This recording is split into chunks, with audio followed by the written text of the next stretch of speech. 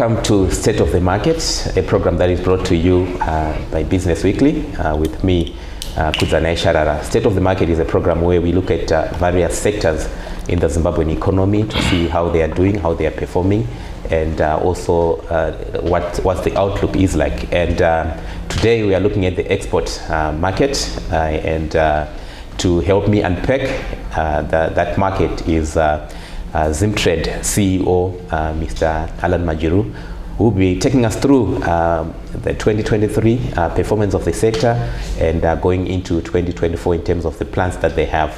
Alan, welcome to State of the Market. Thank you. Good. Now let's look at 2023. Obviously, as an organization, ZimTrade is the country's trade development and promotion body. Obviously, we had your targets in terms of achievement. Can you take us through what were your targets and how far did you go in terms of achieving them? So if you look at 2023, I think up until October, we'd managed to reach about 6 billion in terms of exports. That is overall. And that compared to the same period last year signifies a total export growth about 13%, 13.5 to be accurate. But also if you look at the value-added goods and services, which is where we normally play, the exports there grew by around 20%, which is also quite significant. Remember, when we export value-added goods and services, we export value rather than exporting commodities and raw materials. So that's quite significant. But if you look at 2022, I think we ended the year in January on 7 billion, which is the target that we wanted, because our target is to grow exports by 10% annually, and the target is to reach 7 billion. So we did that in 2022. And looking at where we are in 2023, remember the statistics is up until October.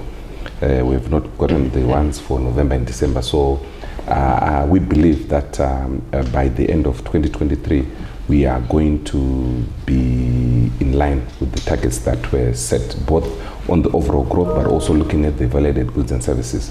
But with the focus on the sectors, I think there are a number of sectors that did well. I think I'm going to talk about sectors that had very big jumps in terms of export figures. One of them is the packaging sector. I think there are a number of companies there, but one of the key companies that did well, and also that was the overall export of the year, was Unyani, part of NAMPAC. So they did quite well in terms of export. So that also contributed to the overall growth in that sector. In terms of export performance, they've managed to get contracts in various parts of the countries, Namibia, Tanzania, you name it. Sorry, it's South Africa, Mozambique, in Tanzania, if I'm not mistaken. And also, if you look at the processed foods, remember during the COVID period, most of the sectors did not do well, but the processed foods did very well. Here I'm talking about companies like Dairy Board, your Kefalos, etc. The processed food sector, your tomato sauces, all those were exported very well. The concentration was mainly within the region. When I say the region, I'm talking about Zambia, Malawi, DRC, Tanzania. That is where most of the goods were going. But also the building and construction did very well. But one sector that came from a negative in 2022 and to a positive in 2023 was the arts and crafts sector, which also did quite well. And if you look at the arts and crafts sector, its performance signifies an impact in communities that we work with. Most of the arts and crafts are coming from places like Lubinga, Lupane, Buhera, where we have an arts and crafts cluster. So it's a good and positive thing that that sector also grew, and we hope that this year it's going to do much better with the efforts that are going to be put in. Okay, thank you. So there's a presentation that ZimTrade normally shares, looking at the country's exports around 1992, which were well diversified, and then looking at what we have now, where it's dominated by minerals. But going into 2024, what are some of the sectors in terms of trends that you are seeing emerging in terms of Zimbabwe's export landscape, and also probably which sectors do you think are showing potential for growth, and also areas that you are prioritizing as ZimTrade? So I'll start with the horticultural sector. I think you're quite aware. Yesterday we were at Chino University, where we saw for the first time them exporting, and most importantly, exporting rock melons or sweet melons, whatever they call them, but the issues we're exporting. So horticulture for us is a very key important sector that we're going to be putting our best foot forward. And as we speak right now, I think in a couple of weeks we've got a team going with over 14 companies to Fruit Logistics in Berlin, which is one of the biggest horticultural fairs in the world. And also in March we're going to be having a masterclass for the horticultural sector, where we're going to go to the Netherlands. That's the hub for horticulture, to also cement the same. But the interesting thing is the entrance of small scale players in this market, like your Eden Chase, just to mention a few, and a number of players that we're taking through. So it's also exciting us that we are getting people whom you would not have generally seen in that trade coming on board to also export, not only in the region, but also into Europe, just to mention a few. And if you look at the arts and crafts sector, I think for us, one thing we've discovered is sometimes arts and crafts are good because people are not really worried about quality, but are worried about quality. You know, something that might look not nice to you is appealing to somebody. So we believe that with the efforts that are happening and the clusters that are being formed around the arts and crafts sector, it's going to have a meaningful impact. If you look at the sectors that I'm talking about, they've got a huge bearing on the livelihoods of the marginalized. So we're trying to make sure that we bring people in Lupane, people in Binga, people in Cholocho, from across the board into mainstream export businesses through the clusters that I've mentioned. But also of interest, I think last year at our Exporters Conference, there was talk of heritage-based exports. Okay. So for 2024, we are going to be seeing more of that. When I say heritage-based exports, what am I saying? I'll give an example of baobab. It's called Ziziphus mauritania. That's the botanical name, if I'm not mistaken. So for us to export baobab, we don't need to water it. We don't need to put pesticides or anything. Actually, if you put pesticides, the value will go down. You just need to harvest it. And what we are now doing is to make sure that it's organic certified, so that it fetches a lot of value. So you can imagine the amount of baobab that we have. And the same applies for amarula. We've got it in abundance. So we're also going to be focusing on the same. So the issue is not only what we're exporting, the issue is the value that the people in those areas are going to derive with such interventions. We're also going to be looking at herbs and spices. You know, there are some herbs and spices that okay naturally, and some that are very easy to grow. So focus is going to be put on the same, because the market is there. So there's going to be a lot of effort on the same. But also, if I can jump the gun to talk about some of the interesting stuff that we're going to be doing for 2024. And I think you know what you call horned melons. There's magaka.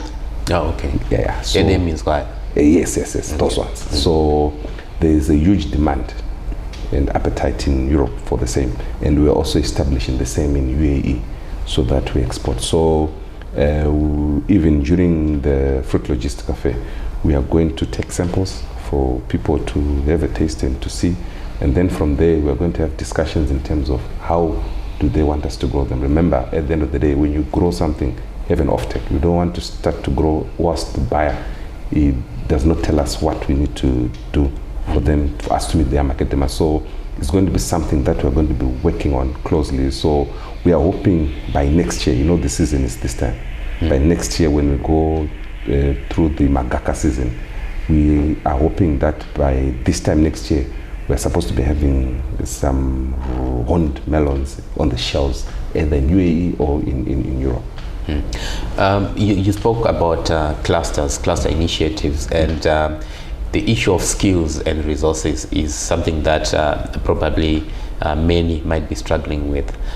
Maybe you can take us through in terms of what sort of initiatives or help does ZimTrade offer in terms of skills and resources? So I'll start with the clusters and also to explain what we mean when we say a cluster. So when we say we have successfully developed a cluster in Rushinga, what we are saying is we have set up a viable exporting entity in that place. So we are going into communities, even irrigation schemes, helping them have a constitution, helping them have rules of engagement, etc. Because at the end of the day, when we export, you need to have a proper managed business. So that is what we are basically doing, because we also need to manage the internal dynamics. So I'll give you, for example, in Gweru, I think it's Chundura area, we've managed to set up a peas cluster where they're exporting mashed and sugar snack peas. And last year, they managed to export peas worth 90,000 US dollars to Europe. I think for us that's very significant, coming from small scale players who have come together.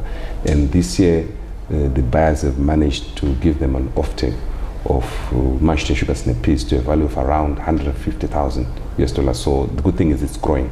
And we are hoping that one day we're going to sit, and that cluster is going to be a business worth 1 million US dollars and beyond as we grow. So we capacitate them, we train them, all those things, and then once they are export ready, we then bring buyers through for them to even take them to trade fairs, for them to have an appreciation of what happens when you engage with buyers, you see. But there are two flagship events that we have been mainly focusing on. That is Eagle's Nest and the Next Year Exporter. Eagle's Nest is targeted at young entrepreneurs. Here we are not looking at whether you've got a big business. You know, if you recall, there was a time before Apples were phones and laptops, they were being made in a garage. So we are coming with that view to say we are not worried about where you're operating or what you're doing. We are focusing on the idea and how we can build that idea into a viable business, focusing on exports. So it's a 1-year program, sort of incubation, where we train people, and we've got the Dragon's Nest aspect to it, where you're questioned by judges, where you want to go, etc. So that at the end of the day, we've got a solid business that is performing. So that has done well. It's in its 3rd year, and most of the youths, some of them have managed to even start exporting. So you start the year not exporting, by the end of the year, you should be export ready and also exporting. We've got the likes of Moreda in the leather business, and also Rokanda, she's in the leather business. Last year, one of our winners was Zingers. They make chips from bananas, and we are hoping to get them into Zambia and Mozambique with the same. So that is quite promising. So we have got a number of success stories to talk about when it comes to the capacitation of the same. And when you come to Next Year Exporter, I think here we're looking at women-led enterprises that we are also taking through an incubation process for them to be export ready. And I must say we've managed to have a number of success stories on the same, although more could be done, but I feel we are on the right track. We are in our 2nd season. I think the parade for the 2nd cohort will happen in March this year. And then from there, I think we can take stock in terms of the successes that have happened. If I can mention one, there's a lady, and this is now coming back to the heritage-based exports, you know. And most of these youths and these young women are the ones venturing into the same, who is doing a chutney made from Masao. And she's managed to get an order to export to Mozambique. But now the issue is getting the project more bankable so that we can get people to put money so that we can fulfill the orders. You can imagine the amount of shops in Mozambique, and you now must have a task to make sure that you're on all their shelves. So that requires a lot of capital for you to do that. So we've done, but besides that, we've got our program called the Marketing and Branding for International Competitiveness Training Program, where we train people from all walks of life in terms of what exports are and what they need to do to be competitive when it comes to exporting. And you are watching State of the Market, brought to you by Business Weekly with me, Kudzane Sharara. Today we are talking about the export sector, and with me here is the ZimTrade CEO, Mr. Alan Majuru, who is taking us through in what initiatives the Trade Development and Promotion Body has been doing in terms of promoting our exports as a country.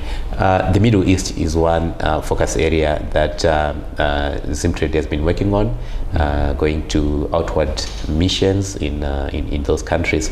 If somebody is watching now and thinking about exporting, what sort of products or commodities that we are currently exporting from here in Zimbabwe to Dubai and the UAE? No, thank you very much. The good thing I have mentioned rock melons, and I think we all saw them go. The latest kid on the block. The latest kid on the block. Yeah. But just to give you context, if you look back in 2017, 2018, I think our exports to UAE were around 200 million, if I'm not mistaken. And fast forward to 2020 to 23, we are averaging between 1.6 to 1.8 billion. And UAE is now in the top three. Compared to last when it was not even in the top 10. So a lot has happened to develop that market. And if you look at the export structure, I think there's minerals, gold, taking center stage. But the good thing is the horticulture is coming to the fore, and also issues to do with leather products. So for us, I think horticulture is coming on board, and also during the Dubai Expo, we found interest in Mazoe. Currently, most of our blueberries are going to UAE. Stone fruit, I mean the peaches, etc. They're also landing on the shelves of UAE. Our mashed and sugar snap peas are also going there, not to mention the rock melon. There are other, because what they want is they want a variety of goods and services. That's why you found out that Ali Golami, they've come and even done backward integration to invest here so that they can now control the supply chain to export citrus, the oranges, and also strawberries. They want those. So the onus now is on us, because the buyers are there, but we have to now produce targeting what the buyers want for that market. So there's massive potential, just to mention a few. Okay. And if somebody now is watching and saying, okay, I'm also doing these horticulture products, can you take us through what they need to do if they are to work with ZimTrade? So what we normally do and what we normally encourage is before you put a crop in the field, let's have a discussion with the buyer. I'll just tell you a funny story, hopefully to be funny. We found a market of chickens in Angola. Actually, people heard that there were chickens in Angola, but people then went on to produce the chickens. And these big chickens, because people thought they were going to be paid per kg, but the buyer wanted baby chickens. You know what I'm saying? Yeah. So before you do anything, don't just say, people want blueberries. Some might want the medium-sized ones, some might want the big ones. So understand what the buyer, what the market wants.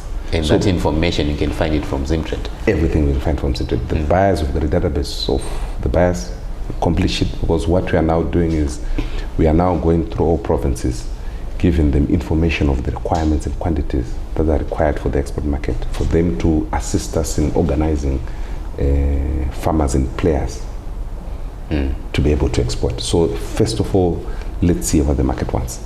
And from there, we have discussions with the buyers. They tell us some require global gap certification, which sometimes might be steep, but we've got good networks that can come through and also work with us to make sure that that cost is minimized.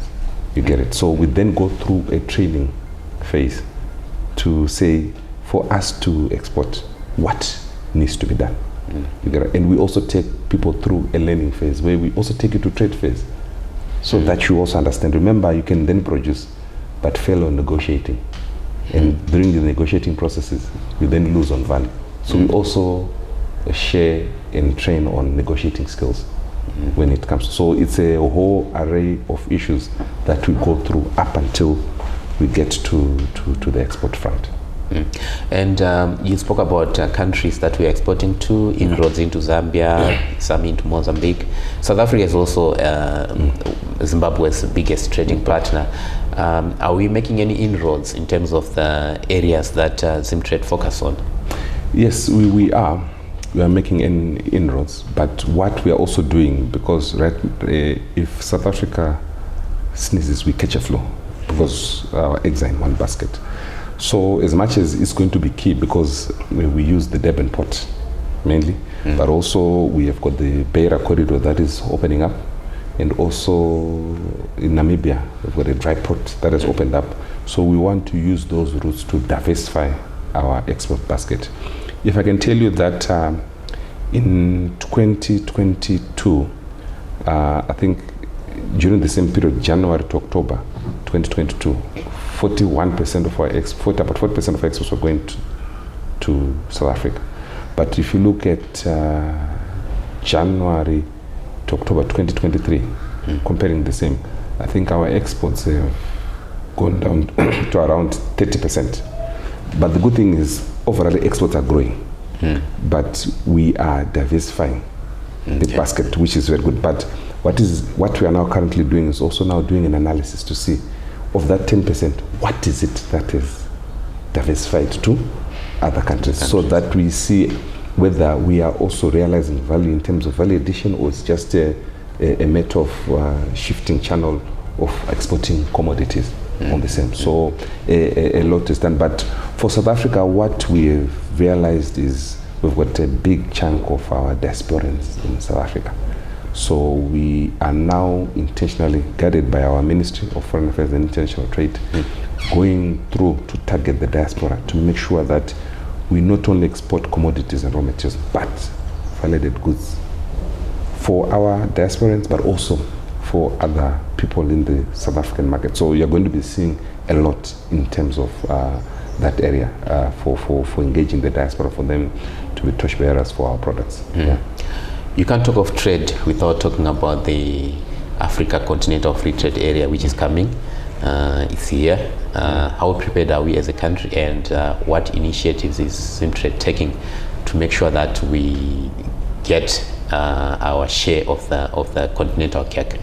So I think what has been happening is there are a lot of awareness seminars. That was the first thing is to know what is it, and then have an appreciation of what we need to do to be ready for it. So all those things are happening on the ground. But even if you look at our calendar for events for last year, even for this year, the focus is on the African continent. We are going to be doing Ghana. Quite recently, I think in March, we're going to go to Rwanda. These are business missions. We're also going to be focusing on Mozambique, Botswana, Namibia, Zambia, Malawi, Tanzania, just to mention a few. So we are already doing this. But we then want ourselves to be prepared for the actual trading. You know, there are, I think, about 5 countries who have already started using, like Ghana and Kenya, etc., the same platform. So we also want to to prepare ourselves for the same. So see, the issue is about, it's not about if, it's about when. Because we're already there. We've already ascended to it. So we need to prepare ourselves too, as much as it will give us more market opportunities, like we did the market scan in Nigeria. Because these are the big markets. We also did the same when we were in Egypt last year, to have an appreciation. But it opens opportunities, but it also opens our markets, the ones that we are playing in, to other competitors. So we also have to be ready for both. And lastly, just take us through some of the, I know you've mentioned some of them already, going to Berlin and other countries. Focus areas for ZimTrade going into 2024. So you mentioned the Middle East. I think if you recall, His Excellency attended a summit in Saudi Arabia last year, and I think from that a lot of potential was recognized. So we're also going to have a market scan on the same, and then follow through with a business mission to Saudi Arabia, because they really need a lot of our foodstuffs. We have started a cluster on sesame, but we then realized even in Egypt, even in Saudi Arabia, the amount of sesame that they want and what we produce, there's a massive potential in that area. So we're going to be focusing on that.